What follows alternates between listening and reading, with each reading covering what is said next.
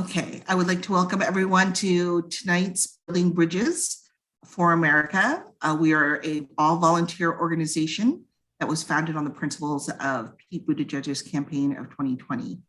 Our ultimate vision is a just and equitable democracy and safeguarded by an informed and engaged electorate where everyone is valued and belongs.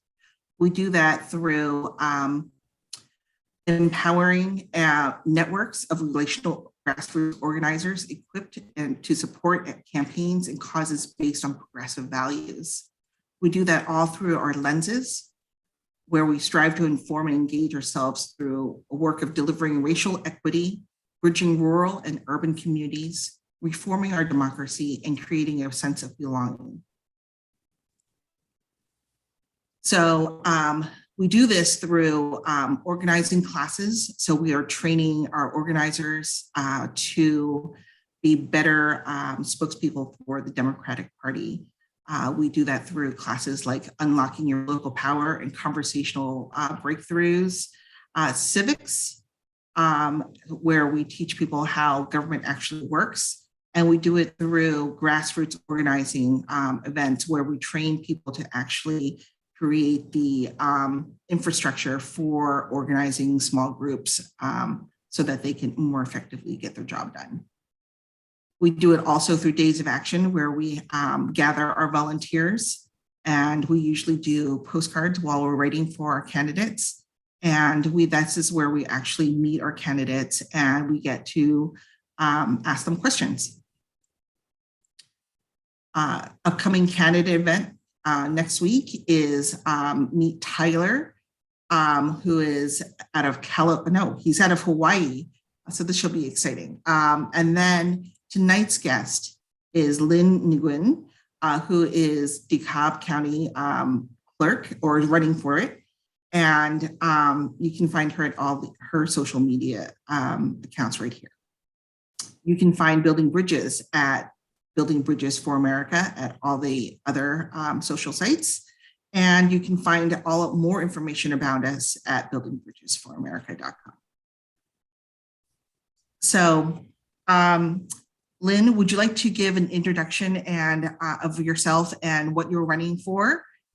Sure. So are the people writing postcard for me? Mitchell, Sue, Theresa? Thank you so much. Some of them, yes. Absolutely. Okay. And we've got over 40 for you. I'm looking at the chart. We have over 40 volunteers who are writing for you. And you have, we've sent out about 800 postcards for you so far. Wow, thank you so much. I'm grateful for your support and your endorsement. My name is Lin Nguyen. I was born and raised in Saigon, Vietnam, right after the war. So unlike Christy, I have a real accent, not New Jersey accent. My family fought alongside American troops, and many of them, my uncle, my cousin, they died or went missing during the war. Some of us, me included, were more fortunate, and we got to be here in America through the humanitarian operation and family reunification. So at the age of 21, I immigrated to America. Staying with family in Oklahoma City, knowing very little English. I enrolled in the Oklahoma City Community College and spending 2 years taking math and science courses because I knew the universal language of numbers and equation and chemical symbol. So I used those classes as English language immersion courses to learn English. So for 2 years, I slept, ate, studied, work at the community college. I didn't have money. So instead of buying textbook, I check out book on reserve at the library to do my homework before heading to work at the one of the biotechnology lab at the community college. I didn't have the internet, I didn't have a laptop. So it was common sense for me to do everything at the community college. Now, the fun fact was I didn't recognize how poor I was. I thought I was so privileged because comparing to what I had in Vietnam, like heaven. I felt so blessed that I have all the resources that I need for my education. They can all be found at one place, the library at the Oklahoma City Community College. So after 2 years, I got my associate degree, falling in love with America. I didn't stop there. I continued to earn a bachelor degree. After 2 years, another 2 years, I got my master's degree. And finally, I got a PhD in computational chemistry. So I pursue education because that was the only legal way I know how to change a life from poverty for a better life for me and for my children. So after I go through that, I got my first tenure track position at Westminster College in Pennsylvania. And then I gave up that tenure track, moved with my family to DeKalb County, Illinois, because my husband got a job at the university, Northern Illinois University here. So here I become a chemistry instructor. And because I was raised in a very conservative religious family with traditional stay-at-home mother, I make a choice of stepping away from my tenure track professorship to become instructor, so that I have more time and less pressure to raise my children. I want to spend a lot of time with them during their early years. However, after my daughter was born, I felt compelled to do more. And frankly, I have to admit that after the 2016 election, when Donald Trump won the election, it scared me. As a woman of color, an immigrant, a scientist, a feminist, I am everything that he is against. So I better fight for my values, right? And later, I feel like I'm fighting for my life, because when the pandemic happened, he made me and other AAPI community members the target for his failure to deal with the pandemic. So I joined the League of Women Voters in DeKalb County in 2019. I was elected a president. And under my leadership, in the 6 months before the November 2020 election, I organized 18 voter registration throughout the county, the entire DeKalb County. I host multiple candidate forums and do a lot of voter education, because there was nothing coming out from the DeKalb County clerk and recorder. The people don't know when early voting started. People don't know what on the ballot. He did nothing. So as the president of the League of Women Voters, I did his job for him. And I pushed for a lot of changes. And they always say no. They always tell me to just like, don't do anything. And so it's kind of built up tension from there. But at that time, I still didn't think I would run for office. But then the mass shooting in Atlanta on March 16, 2021, 6 Asian American women were killed because one man have had a bad day. That was it for me. I talked to my husband. I talk to my family, and I say that I have to do more. I'm gonna put myself out there. I'm gonna run for office. I am gonna be the change that we want to see and we need to see. And just like Christy mentioned earlier, why aren't we AAPI people are American enough? And frankly, I think that because we're reluctant to put ourselves out there to be public servants. So, and that because of the teaching of my family, keep your head down, keep your mouth shut, don't rock the boat. We timid immigrants and we don't want to cause any trouble. But now I'm causing trouble, good trouble here in DeKalb County. The decision to run for office is a difficult decision, but I think it's a necessary one. And this day where I feel like, what the heck am I doing here? This is so hard. But this day that I feel very grateful for the support that I have, like today. So it's the support, the love and support that give me the courage to keep going. So that's some of my stories. If you have any question, I'd be more than happy to answer it. That is fantastic. Mitchell has a question for you. Mitchell, would you like to unmute yourself? Yes. I've written hello, Lynn, and hello, fellow Illinoisan. I'm in Chicago. Oh, yay. I posted my question in the Zoom chat room, but let me just read it now for the benefit of everyone. And also, since we're recording and streaming this, I'll share this with everyone. You talked about your background in science, and it's inspiring for someone with the science background running for public office. This is, in my experience, not very common. Do you happen to know how common that is? And can you talk a little bit about how your background in science informs your work in public service? Okay, so I think I do not know the answer of how common is it for someone with a science background running for office. I do know that Bill Foster is the one and only representative in the House of Representatives who have a PhD in physics. He's the one and only. So that kind of tell you maybe 1%. I don't know if we view him as a one data point. There used to be a couple of others. I know Vern Ehlers out of Michigan. He used to be a representative in Michigan, holds a PhD in physics from the University of California, Berkeley, it so happens. Wow, okay. But he retired. He's no longer, and he was a Republican to boot. Oh, wow. Yeah, a PhD from Berkeley and you're a Republican? Okay. Okay, so but I can tell you how my background would help with this office. So DeKalb County Clerk and Recorder is covered two sides of the office. So the county clerk side, they are election authority, and then on the recorder side, it's record keeping. And DeKalb County have about 100,000 residents.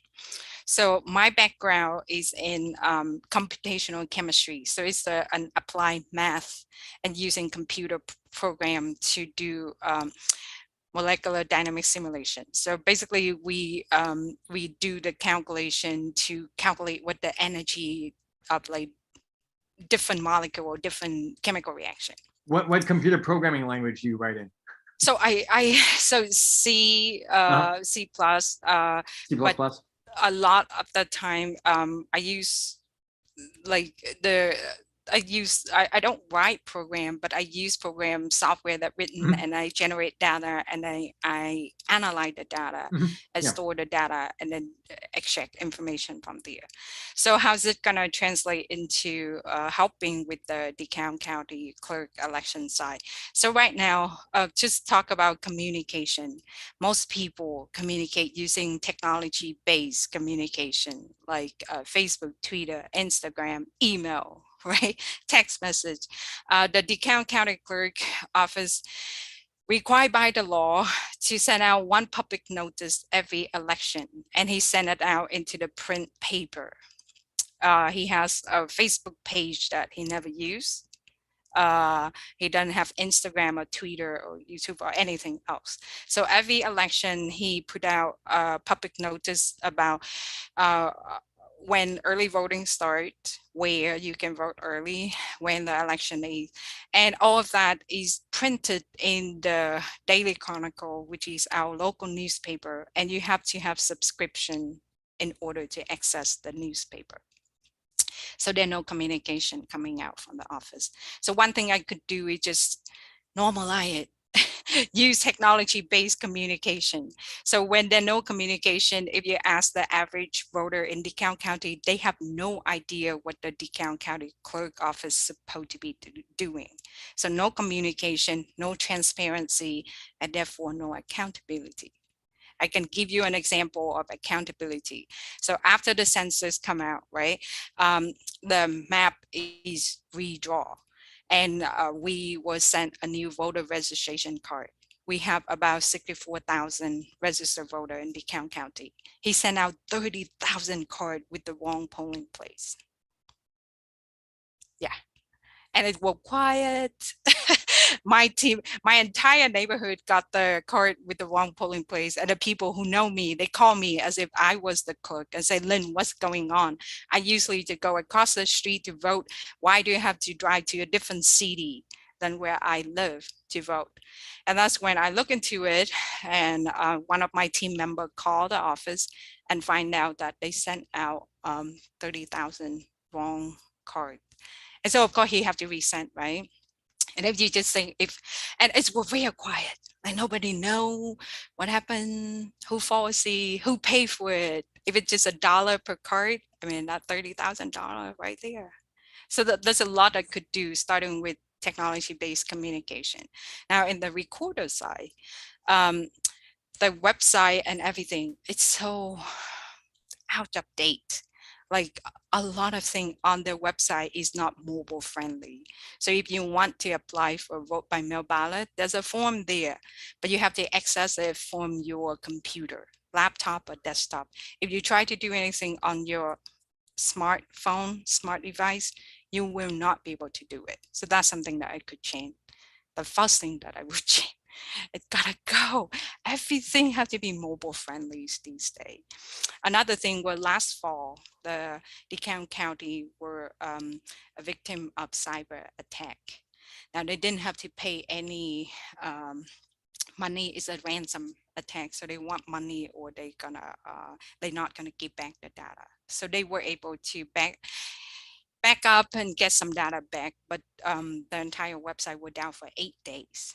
So when I meet with the director and I asked a lot of questions, and a lot of questions were answered with, I can't tell you because it's an open investigation. So what I'm thinking is, with my background in computer, I know cyber attack gonna happen. I know the one thing that we have to do is beef up our cyber security so that the record of the entire county, birth certificate, death certificate, transaction deed and everything. So if you just make it look difficult enough for hacker to hack, they would go somewhere else, right? But this is because we are a tiny county with 100,000 residents in the middle of the cornfield. It's an hour and 15 minutes away from Chicago.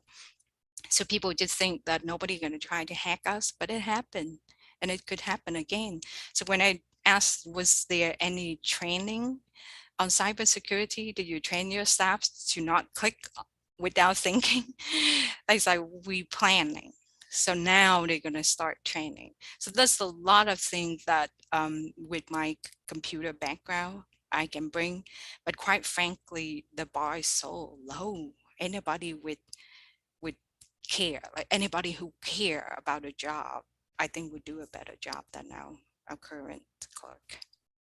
So to follow up on your last statement, your opponent on the Republican side has worked for the government for 14 years in the county. How will you message her experience isn't what you needed for the county clerk office? So here's the thing, that's right, she run as an insider, right? Now, she will do a good job of maintaining what's going on in that office. Her title is very fancy, executive assistant to the county administrator. So the county board hire a county administrator to oversee of the business in the county. She is his assistant. She his secretary. She very nice, and she good at being a secretary, being a person who get things done when she told what to do. Now this position requires leadership. We need leadership with vision and education. It's such a technical position that you get just, oh, she a nice lady, she a local. There's a lot of elected official win election because they are friendly local. But for a position like county clerk, which is so technical, I think that position should be professional. And if it can't be professional, then you need to elect people who have the education, the qualification, and the training for that office. Okay, that is really good because I am an election volunteer, and the amount of training that we have to do for the technology that Loudoun County has upgraded to is a lot. You know, we have a lot of software, a lot of Anyway, that's beside the point. Susan actually has a question about election integrity, and she would like to know, how are you going to, if you win your position, how would you address any future allegations of voter fraud if presented to you? So I'm lucky in a sense that our current clerk is a Republican. This position, the election authority in DeKalb County, has been a stronghold for the Republican since the Civil War. It's a long time. There were one term in from 1978 to 1982. One Democrat get in that office for 4 years. And then after that, it back to Republican. So the current clerk come out and say that the election is safe, secure, there no fraud. So that would be something that I can reassure the voter. On the top of there no evidence anywhere nationwide or locally that there any election for fraud. We have a Republican election authority, so I don't see that at DeKalb County.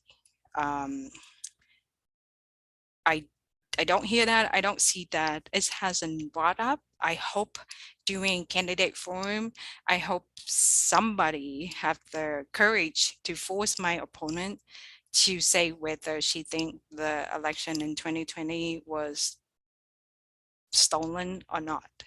But so far, I don't think that's going to be a problem in DeKalb County, because that's election authority always been Republican who run it. Was that the question, or did I miss? I think so. I think that is her question. To follow up on that, Teresa, did you want to ask her question, or would you like me to read it? You can. Thank you. Okay. She says, did you have any signature issues, or did you have to get signatures to get on the ballot? And how has the Michigan fraud case changed the conversation in your district, or has it at all, since that is them qualifying to get on the ballot at all? Okay, I am so fast collecting signature for me to get on the ballots. I didn't have any problem with that, because the requirement was 88 signatures, maybe 83. And I submitted like 385 signature. So I got a lot of support. I got a lot of people go out and collect signature for me. Thank you. So I didn't have any problem with that. I am not sure what's the Michigan fraud case that Teresa referring to. Can you tell me a little bit about that? There's a bunch of candidates that didn't make it on the Michigan ballot because they hired signature gatherers, and apparently they sat at a table and just passed around the petition forms, and they just kept on making fake names up. You're talking about candidates for governor in Michigan. Yeah. Yeah. It's like 5 of the 10 candidates on the Republican side got booted off because it turns out that they were basically duplicating signatures fraudulently. Wow. And they got kicked off just this week. Right. Yeah, including like the 2 leading contenders in the polls for the Republican side for governor in Michigan. Okay. I'm from Michigan. I've been following this. I see. So for me, because my opponent is an insider, and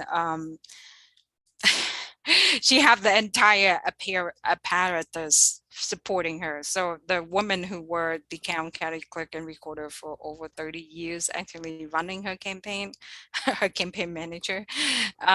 So I want to make sure that I scare them from trying to challenge my signature. That's why I collect 385. I know typically you to take the number, the minimum requirement, you time it by 3. And then you should be good. So this is what I did. DeKalb County have 13, I have to double count, like 13 or 15 small villages. It's have 3 big cities: DeKalb City, Sycamore City, Cortland, and then the rest of them was like villages, very small, about 2,000 people, 3,000 people. So what I did was I'm trying to make contact at all the small area. And then I go out there with the person who live in that area, like Sandwich, like Hinckley, like Genoa, and then I walk with them to collect signature. So I make sure that my signature come from all over the place and not just from the three biggest cities, Sycamore, DeKalb, and Cortland. I also make sure that the U blue pen, I make sure that I train the people who collect signature for me. I do everything that I can, like beyond the job requirement, just to ensure that nobody can challenge any of the signature that I have. Because I mean, I know they work really hard for me to not be on the ballot, so I have to work harder and smarter. I have a question about the voter situation. You are running for a position where you are helping and facilitating and making sure that voters are able to vote fairly and openly. But I wonder, do you also see this position as maybe encouraging more voters or more participation?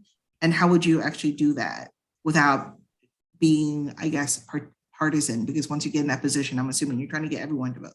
Yeah, and I think getting everyone to vote shouldn't be a partisan issue, right? That's the very core of being an American.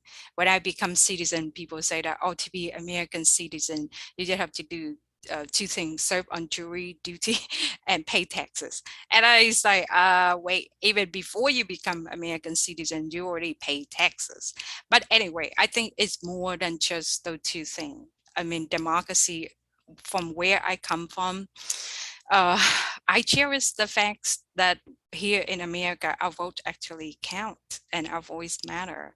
Look at what happened in Georgia when people show up and vote, and we have 2 Democratic senators come out Georgia. So I will try my best to increase voter turnout. And I think the way to do it is through voter education. So right now, once again, I think communication had changed. If this person continue to stick with the subscribe newspaper, he never gonna reach the people who don't read the newspaper or don't pay the subscription for the newspaper, but people on Facebook all the time, people on Instagram, Twitter. So there's a way to do voter education, and it wouldn't add anything to the budgets of the office if you just like communicate better, use technology-based communication. And then the community outreach, I think that we should reach out to all the high school in the area and start talking about, hey, when you turn 18, you have this power in your vote, and to see how you can use it. So we can teach them about the 24th Amendment, how people have to protest, marches, so that people ages 18 to 20 can vote. So there's a lot of education, voter education, that I think I plan to do. And when we raise awareness like that, I think it will encourage people to vote more. Another thing for DeKalb County particularly is the student vote. So DeKalb County is home to Northern Illinois University, and we have a lot of students. So this is what happened to the student. Most students are renter, right, and mover. And so it's hurt voter turnout. This is what I think. Voter turnout, especially among young voter, when they are discouraged from voting. And okay, let me just think. Okay, so the DeKalb County current election authority, the clerk, they create confusion and intimidation regarding the student residency. And when that happened, it create barrier to voting for students who are attending college here, right? Nobody question rich people who have multiple residents, whether they should be allowed to vote. Are they going to vote from their summer vacation home or winter vacation home? They have option, right? But when it comes to student, who they not sure where they're gonna be after college, but right here they here in DeKalb County for at least 4 years, sometime more if they choose to go to graduate school. It's suddenly become a different story. So the state of Illinois allows students to vote at their college addresses. However, the confusion and damage already done when the local election authority discouraged or convinced students that the city where they live while attending college is not their true home. It diminishes turnout. And then they have policy and practices that hinder the student vote. For example, provide inadequate resources for polling place on campus and near campus to ensure the long lines and guarantee that the voter have to wait hours before casting their vote. And we have a polling place at the Home Student Center at Northern Illinois University. And it's well known for having a long lines for every year since I moved here in 2016, every election, that place have a long lines and students have to wait 2-3 hours before they can cast their vote. So the student complained. Guess what the clerk did in 2020, right before the election? He closed the polling place at Northern Illinois University Home Student Center. No vote can be cast as a closed polling place. So that's something that I want to change as well. So, and then a lot of students, when I talked to them, they didn't know they could vote using their college addresses. They thought that they have to go home to vote. I say, no, in the state of Illinois, you have option. You live in the city of DeKalb. And if you want to have a say in things that are happening in the city of DeKalb, like selecting the mayor, selecting city council, you can vote here using your college addresses. That's part of voter education. Students should know that, but they don't. So that's what I intend to change as well. And so all of the little changes that I mentioned, I think all of that gonna encourage voter turnout. Just the fact that, like, when I was president of the League of Women Voter, we pushed out daily on our social media, Instagram, Twitter, Facebook. We just like, hey, early voting start on May 19. Our election is June 28. So we say that it start, and then every day we keep push it out constantly every day. Here at the location where you can vote. In November 2020 election, the DeKalb County have a historic voter turnout of 75%. And I'm trying to get data from the clerk office to correlate with the amount of viewer and people that we reached. We reached more than 65,000 people on our social media. And so I would try to get out the number of newly registered voter since I took the position of the president in May 2020 to right before the election, and they wouldn't give me that data. I want to correlate the amount of people that the League of Women Voter registered to vote in that 6 months leading to the election, and they wouldn't give me that data. But I am sure that our effort partially contribute to that historic turnout of 75%. I know it's a national effort. I know there's a lot of people working hard to get the voter to turn out in November 2020, but I'm sure at the local level, our work pay off as well.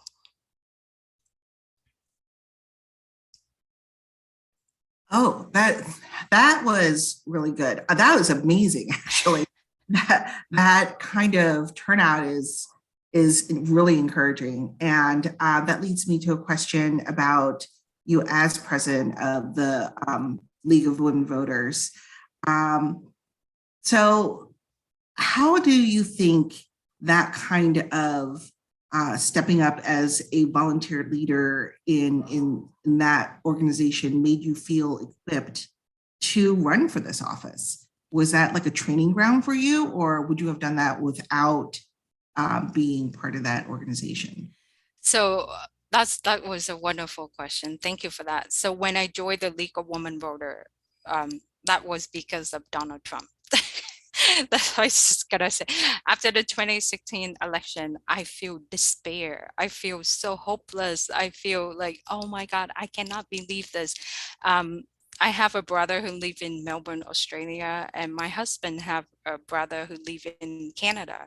So he told me, should we move? Should we talk about moving to Australia or Canada? And I said, no, this is my plan B. America is my plan B. I love Vietnam. Come in here. I'm not leaving. I say, all of the thing about America, the freedom, the liberty, the power in your vote. I say, we have a lot of work that we have to do, but I'm staying. I say, trust me, this is the best place to be when the war coming down. This is the place I want me and my children to be. So we started talking, okay, we're not going to move. Let's see what we could do. And I say that I want to join the League of Women Voter because I like the principle of being nonpartisan. So they are political.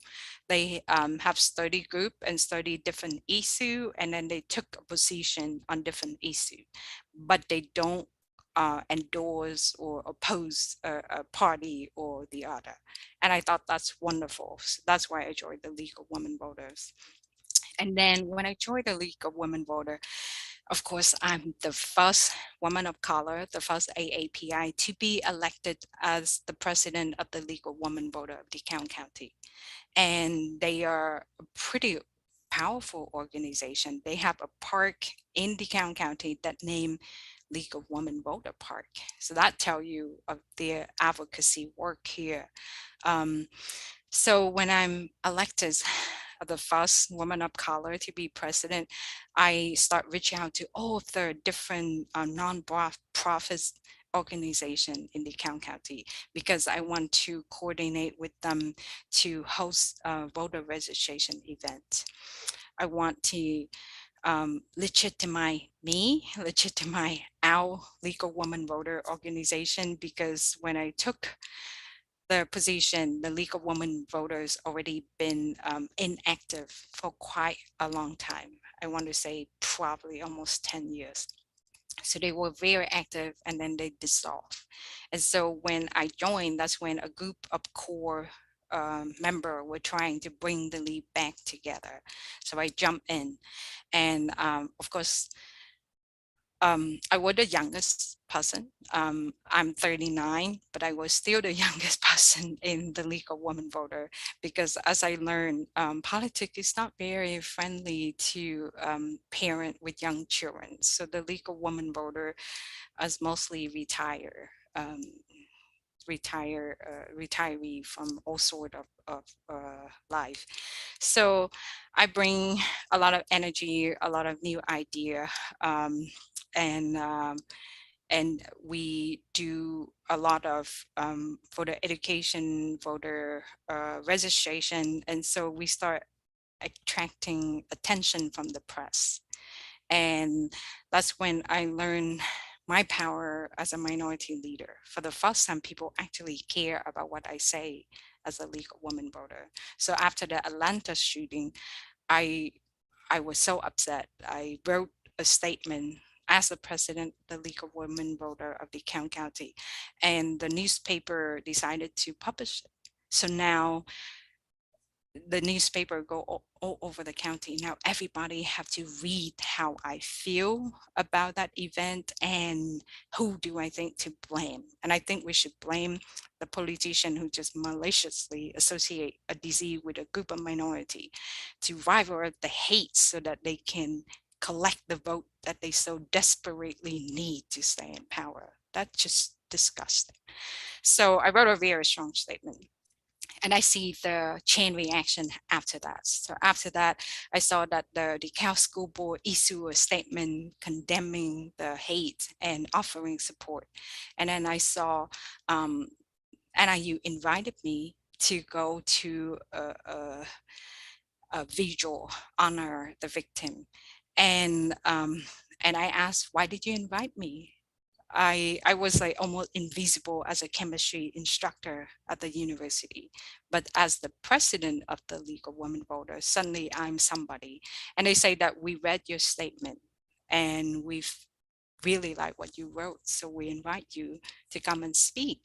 So when I came and speak, now for the second time, I'm given a platform to voice my thought and my feeling and my concern.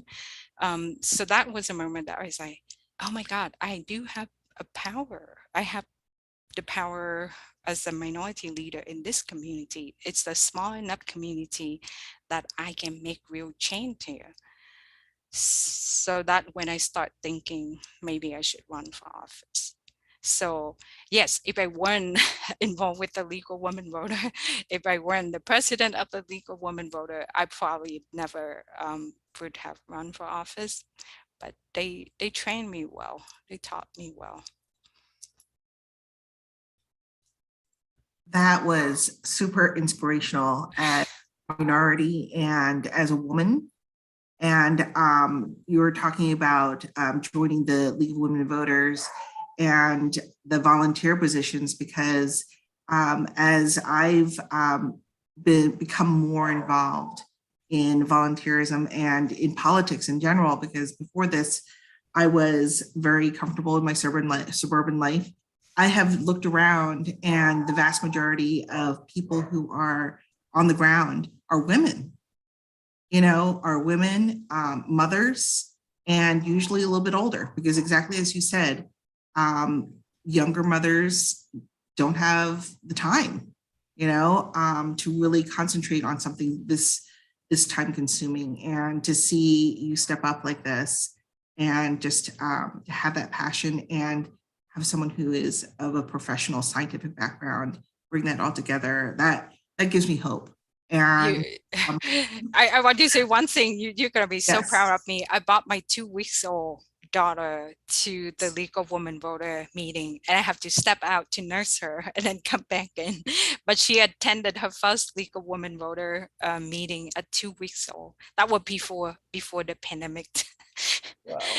I hope that there are pictures of that, and people, mothers see that, because often they feel like they just can't, and I think that maybe if we see more people out there being bold and being that passionate now, I think this is the time. And with that, I have a question about passion, I guess, because I wanted to go back to your past history, where you saw in Vietnam your parents feel like their voting was not in any way powerful, and they didn't really have a voice. And there's so many people in America here hearing that same message, that their voice and their vote does not matter. And I think that your position is hinging on this, and our democracy is hinging on people believing that their vote really does matter. How do you think that you can counterbalance that message of hopelessness? So I think when it comes to the local level, I can point out to people, for example, just last year at the municipal election, we have one city council member. He won a district by 4 votes. 4 votes. So I keep telling that story. Every vote counts. If your vote didn't matter, they wouldn't try so hard to stop you from voting, be it trying to convince you that your vote doesn't matter so that you believe it and you stop voting. But right here in the city of DeKalb, a person won that city council seat by 4 votes. It could have been, if he had 4 more friends that turned out to vote, he could have been sitting on the city council right now. And I try to make connection to very important issue. For example, the city of DeKalb, under great leadership, were fortunate enough to have a decrease in property tax 3 years in a row. And I got information that next year we're going to experience another decrease in property tax. And I talked to voter and people, and I say that that's great. That's great. It's great for homeowner. It's even better for landlords, people who own a lot of land and rent it out. But do you ever see that blessing trickle down to the poorest member of the community? Usually no. Every year they see rent increase, and if they're lucky to have good landlords, they pay the rent, and in the rent there's the property tax that they pay. So our renter, they are paying property tax, but they never get to enjoy that decrease in property tax. Now some city, they have rent control or some sort of safeguard that they put in place so that they can control the hike in rent to help the poorest, the most vulnerable member of the community. So if you want to see things like that, then you have to vote. You can select the people who sit in city council who been through what you've been through or have the compassion to understand what you've been through. So I try to make connection to the thing that people can see and feel how it's affect their life. And so far, I think it's working well in a lot of little different things. Does that kind of answer your question? It does. Wow. So I guess, okay.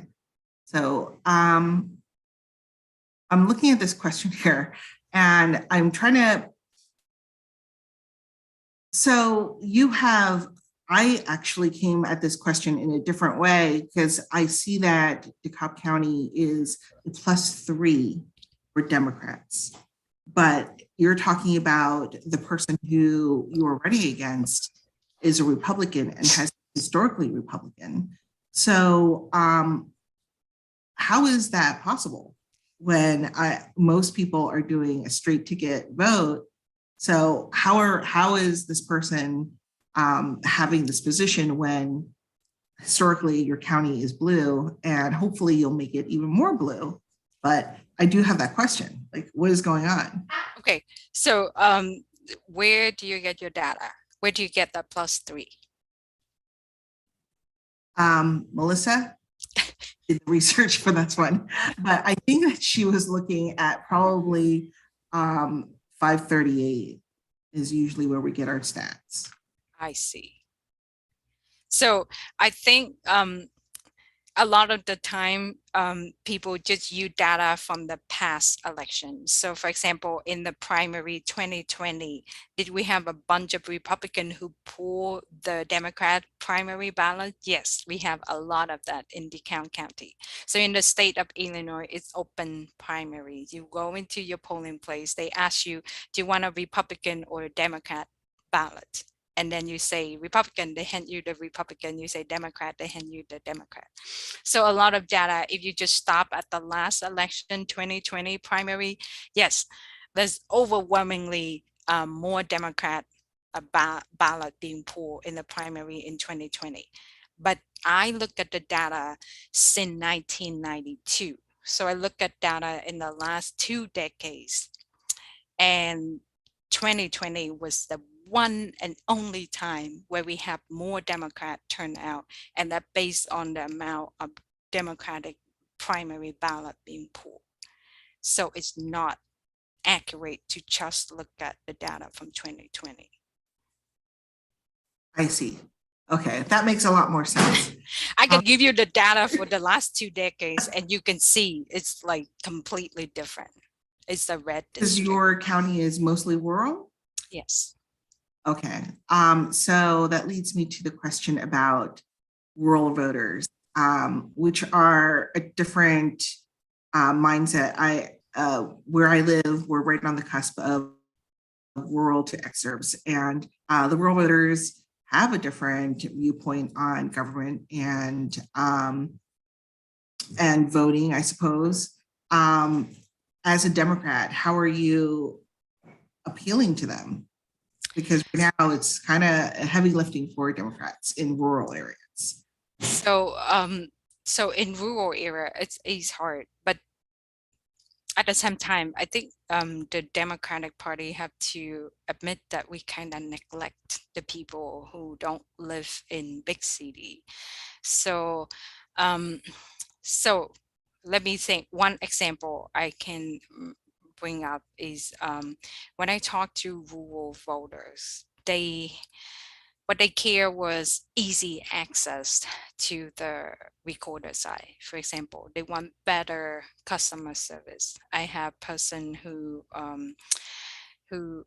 served in the military and now a veteran, and because of his service, he have like 90% disability because of his service. So he's supposed to be entitled to a cut in tax, in property tax. But when he come to the office saying that I was told that because I am disabled at this level, I'm supposed to have this amount of relief in property tax, and he was met with unwelcoming responses and discouraging messaging, and so they just left. So a lot of the thing that I hear from rural voter, which is better customer service, better website access. So I try to focus on the two area that the county clerk and recorder of responsible for. I'm not trying to get into a big fight of say the Second Amendment or the reproductive rights. I can tell them my opinion, but then I can also tell them, but as the county clerk and recorder, my job has nothing to do with legislation. I don't make law. So if you feel very strongly about this issue, then you need to vote. Then you need to get your people who think like you to vote and get everybody else to vote so that democracy work for everyone.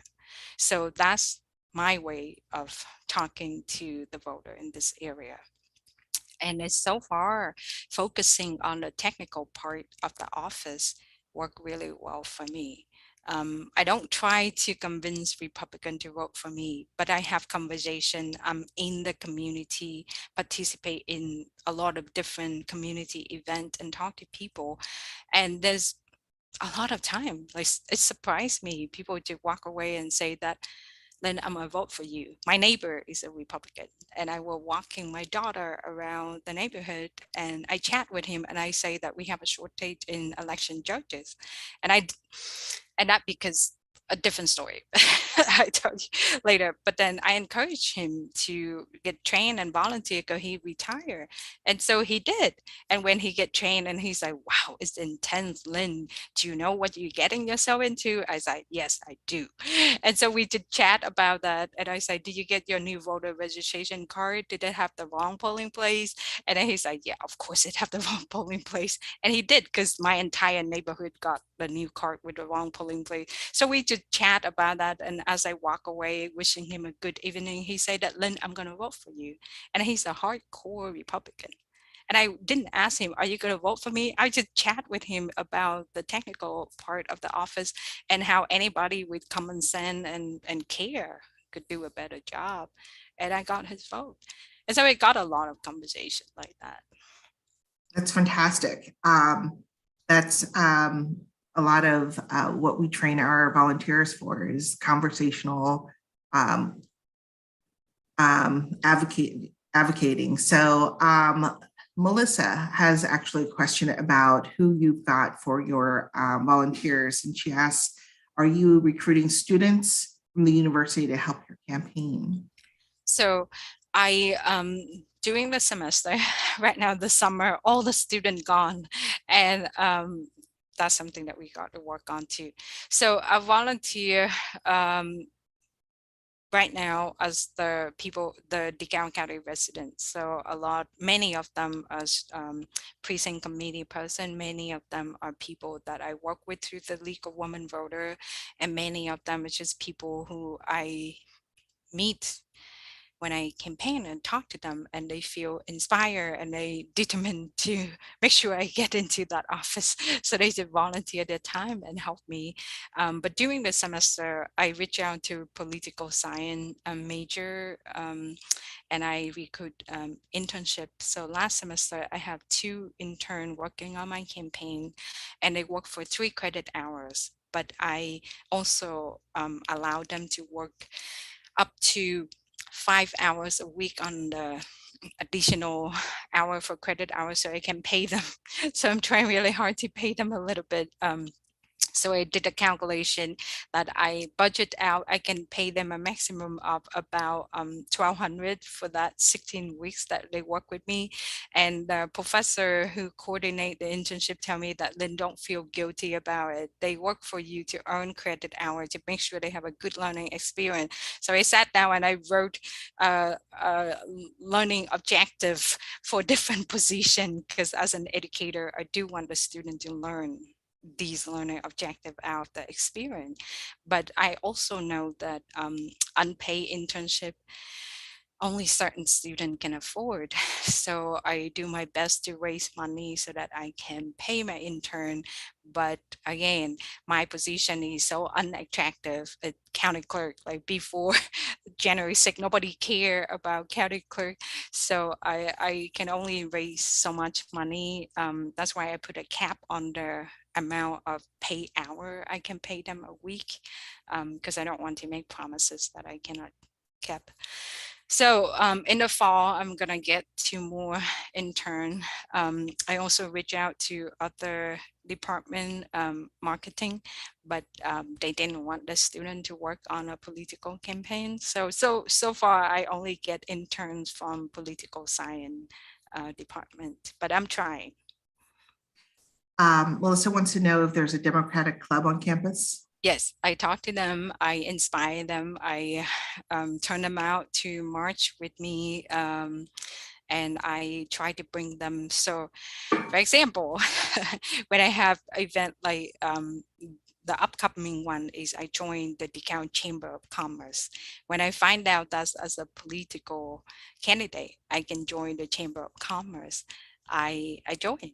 And when I join this event, give me the opportunity to talk to the people who are say city official or the city police chief, people who in the public light, so they can't endorse me and they can't come to my political event, but they can come to my ribbon cutting because I'm a new member of Chamber of Commerce.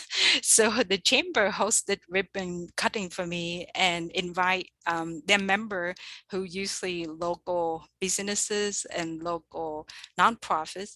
So I invite my friend, my family, city official, and like university people as well, people in the spotlight, like dean of this and that. And some of them say they're going to show up. And that's the opportunity that I bring the student. And I tell them that if you come, you get to meet the city official, you can talk to them about your concern, what important to you, what you would like to see change, and you can have a dialogue because some of these people are working really hard. It's really good people. But for example, they can't get all the demand that the student want if the student don't vote and the other people vote, the landlord vote. So if you want to do something differently, then you have to vote, you have to get your friend to vote. So I create a lot of opportunity for the student to learn about what local government do and how they can learn from it, how if they want to initiate change, how they can initiate that.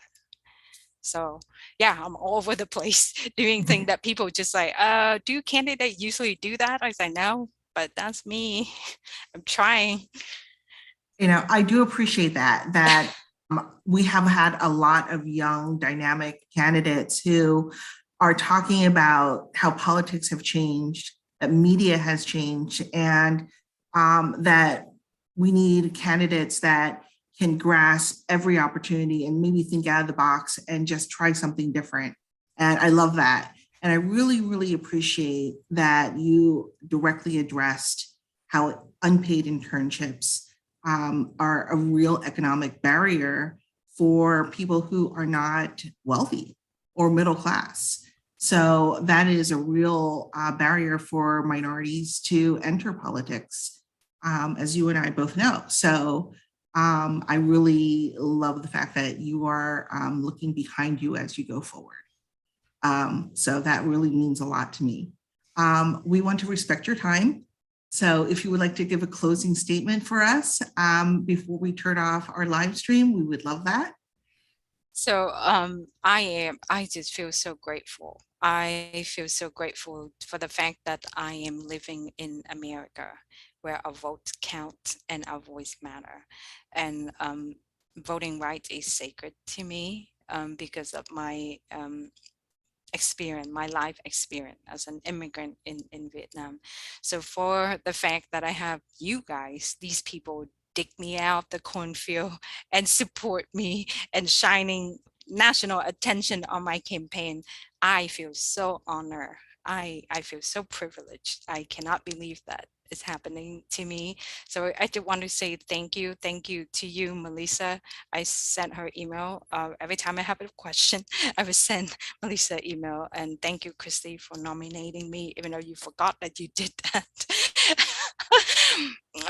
I am working really hard, and I want to thank everybody for your work. You are the people who understand that democracy is not a spectator sport. We cannot take for granted everything that we have here. I keep telling the student the freedom to be critical and criticize your elected official publicly without disappear. Because if you try to do that in Vietnam, you just disappear and nobody know what happened to you. Nobody talk about it. The press can't talk about it. So it's like, if you appreciate that freedom to express your feeling, even about the president, if you disagree with him, then you got to work hard to protect democracy, and that through voting, being engaged with the community, and just to keep actively involved and fight for what you believe in. So yeah, I was not preparing for a closing statement, but that's all I have. I do feel very fortunate, very blessed and grateful. Thank you so much for coming and speaking with us. We always find our candidates coming and talking with us so long and thoroughly really inspires our volunteers and really makes them feel like the people that they're supporting are worth their time. And honestly, their donations, and it gives them inspiration. And we really, really appreciate that. Thank you so much. Thank you.